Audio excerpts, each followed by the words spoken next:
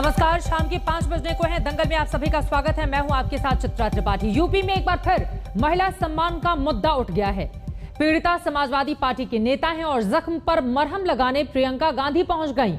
प्रियंका ने लखीमपुर खीरी दौरे पर ब्लॉक प्रमुख चुनाव में ज्यादती की शिकार हुई महिला से मुलाकात की, साथ ही महिला सुरक्षा पर सवाल उठाकर योगी सरकार की घेराबंदी की।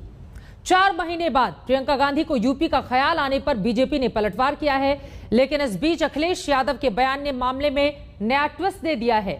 ऐसे में 2022 से पहले हर कोई एजेंडा सेट करने में लगा हुआ है, लेकिन सबसे बड़ा सवाल यह है कि क्या प्रियंका के इस दौरे को किसी गठबंधन की सुगबुगाहट के तौर पर देखा जाए, या फिर समाजवादी पार्टी के वोट बैंक में सेंधमारी, या फिर महिला सुरक्षा पर योगी सरकार को बैकफुट पर करने का प्लान। इन्हीं सवालों के साथ आज दंगल में कई और भी सवाल होंगे। मेहमान से उनका जवाब देंगे, लेकिन उसके पहले यह रिपोर्ट देखिए जिस पर टिकी हुई है हमारी आज की डिबेट।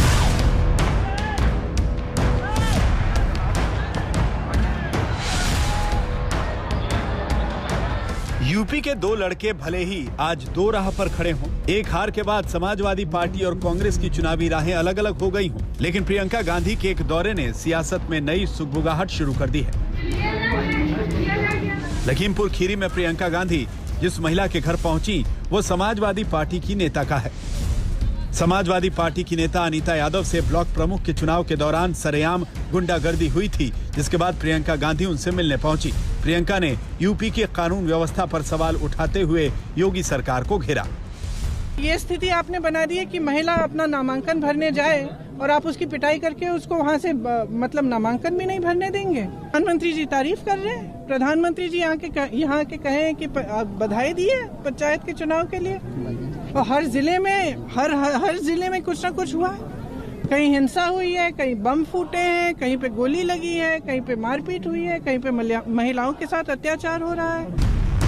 प्रियंका के इस दौरे का अखिलेश यादव ने स्वागत किया, वहीं योगी सरकार पर लोकतंत्र को खत्म करने का बड़ा इल्जाम भी मढ़ दिया। अखिलेश जी, प्रियंका गांधी दौरे पर आए लखनऊ आई हैं, आज वो अनीता यादव से भी मिलने लखीमपुर गई हैं, कैसे समाजवादी पार्टी देखती?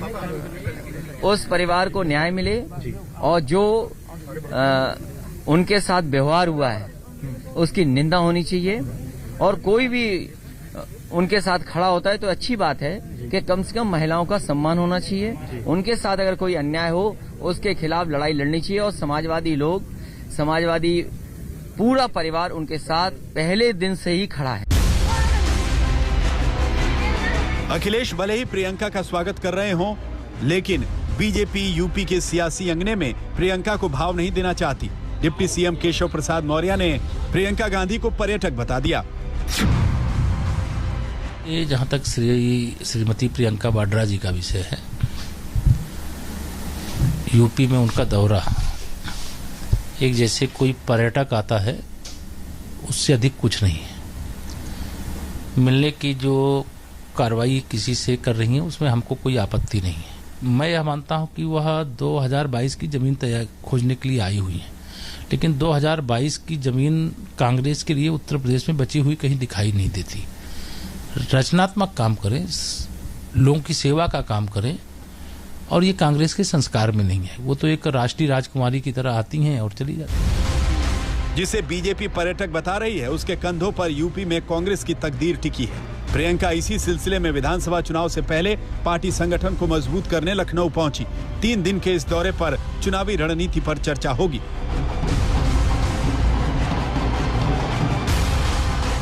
कांग्रेस से समाजवादी पार्टी की करीबी किसी से छिपी नहीं, लेकिन अखिलेश यादव ने अपने पुराने तजुर्बे के आधार पर कुछ दिनों पहले कहा था कि वो इस बार किसी भी बड़ी पार्टी से गठबंधन नहीं करने वाले। उत्तर प्रदेश की जनता अब भारतीय जनता पार्टी को मौका नहीं देगी। ये जनता का चुनाव होने जा रहा है। लीडर्स क्या कह रहे हैं वो सवाल नहीं है। उत्तर प्रदेश की जनता भारतीय जनता पार्टी को हटाने जा रही है। ये सबसे बड़ी खुशखबरी है। इतने बड़े झूठ बोलने वाली सरकार को हटाने के लिए अगर किसी भी छोटे दल का सहयोग लेना पड़ेगा तो समाजवादी पार्टी सहयोग लेगी। सभी छोटे दलों को लाने को एक साथ समाजवादी पार्टी की कोशिश रहेगी। यानी कुल मिलाकर कहें तो यूपी में हर पार्टी चुनावी मोड में है। हर पार्टी अपनी गोटी सेट करने में लगी है, दूसरे के वोट बैंक में सेंध लगाने में जुटी है। बीजेपी की कार्य समिति में भी 2022 की आक्रामक रणनीति तैयार की गई है। दावा किया गया है कि इस बार 325 के पार बीजेपी जाएगी। यूपी में सियासत की इस धुंधली तस्वीर को साफ होना बाकी है। अगले साल होने वाले चुनाव से पहले कयासों का बाजार गर्म रहेगा। कौन किसके साथ जाएगा, उसके लिए कसरत हो रही है। आने वाले दिनों में पता चलेगा कि आखिर योगी सरकार को यूपी के चुनावी समर में सबसे मजबूत टक्कर कौन देगा। लखनऊ से मौसमी सिंह और समर श्रीवास्तव के साथ आज तक ब्यूरो।